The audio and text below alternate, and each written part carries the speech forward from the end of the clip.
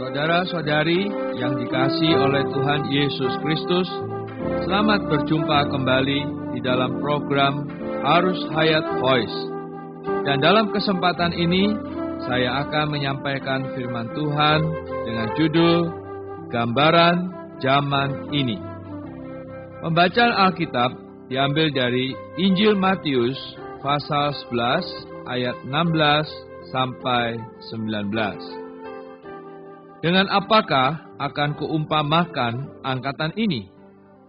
Mereka itu seumpama anak-anak yang duduk di pasar dan berseru kepada teman-temannya.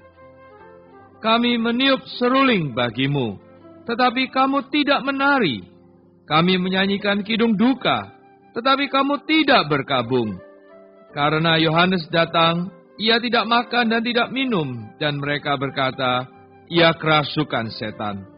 Kemudian anak manusia datang, ia makan dan minum, dan mereka berkata, lihatlah, ia seorang pelahap dan peminum, sahabat pemungut cukai dan orang berdosa. Tetapi hikmat Allah dibenarkan oleh perbuatannya. Saudara-saudara, dalam pandangan Allah, segala sesuatu dalam zaman ini hanyalah sebagai anak-anak yang bermain. Meskipun Tuhan memandang zaman ini bagaikan anak-anak yang bermain, namun manusia dunia melihat zaman ini sebagai sesuatu yang hebat. Karena pandangan manusia dengan pandangan Tuhan atas zaman ini berbeda, maka penekanannya juga berbeda. Manusia zaman ini menekankan kehidupan hari ini dan mengabaikan akibatnya kelak. Tetapi Tuhan Yesus memandang ringan perkara hari ini. Memandangnya seperti permainan anak-anak. Yang Tuhan perhatikan adalah akibatnya kelak. Inilah satu-satunya tempat dalam seluruh Alkitab yang mengatakan bahwa zaman ini seperti mainan anak-anak.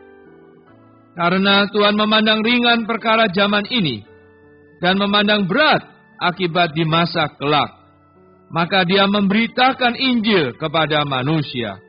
Injil mengubah perhatian manusia dari zaman ini ke masa yang akan datang. Dengan kata lain, Injil mengubah pandangan manusia dari zaman ini ke masa yang akan datang. Ketika manusia hanya memperhatikan zaman ini, manusia tidak menyadari masalah moralitas dirinya. Begitu manusia memperhatikan masa yang akan datang, hati nuraninya segera tersentak, segera menyadari bahwa dirinya berdosa. Karena itu, Injil Tuhan pertama menyanyikan kidung duka, karena manusia berdosa, tetapi tidak sadar akan dosa. Dan manusia berada pada jalan menuju kebinasaan, namun tidak mengetahuinya. Jadi, Injil Tuhan menyanyikan kidung duka kepada manusia agar manusia menyadarinya dan bertobat. Di aspek negatif, Injil adalah kidung duka agar manusia bertobat. Di aspek positif, itu adalah tiupan seruling yang menyebabkan manusia bersukacita.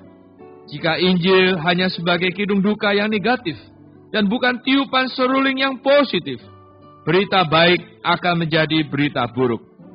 Alasan bahwa Injil adalah kabar baik, karena kidung dukanya bertujuan untuk mencapai tiupan seruling.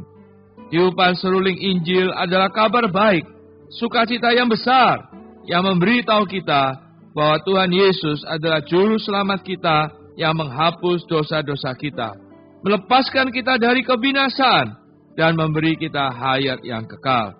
Semua ini seharusnya membuat kita bersuka cita. Berita ini benar-benar seperti suara musik yang menggembirakan.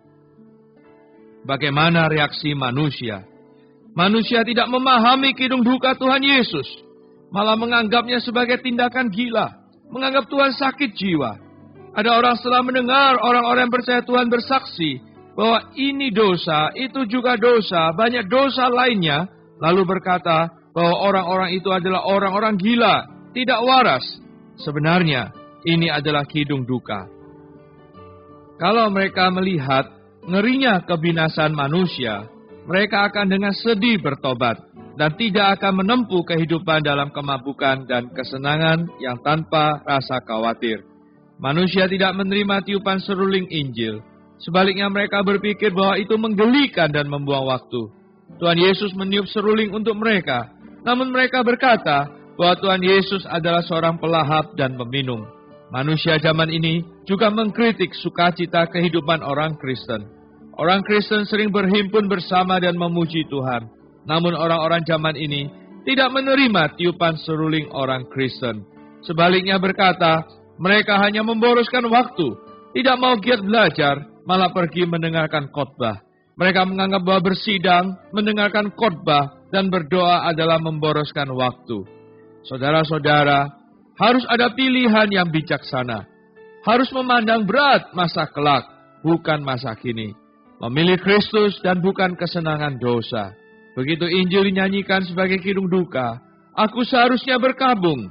Sebaliknya bila ditiup seruling sukacita, aku seharusnya menari girang. Dengan hati yang sedih dan menyesal, aku bereaksi terhadap kidung duka Injil. Dengan hati yang bersukacita, aku bereaksi terhadap tiupan seruling Injil. Hasil dari pilihan bijaksana, pertama adalah menyesali, kemudian menari. Pertama, hadir kesedihan, tetapi akhirnya adalah sukacita. Mari ikuti saya berdoa. Oh Tuhan Yesus, syukur padamu bahwa pada hari ini aku telah mendengarkan seruling Injil. Aku lebih memilih Dikau daripada kesenangan dosa. Aku bersukacita karena telah mendapatkan Dikau yang adalah pengharapan kekalku. Olehmu, aku tidak binasa, melainkan beroleh hidup yang kekal. Di dalam nama Tuhan Yesus, aku telah mengucap syukur. Amin.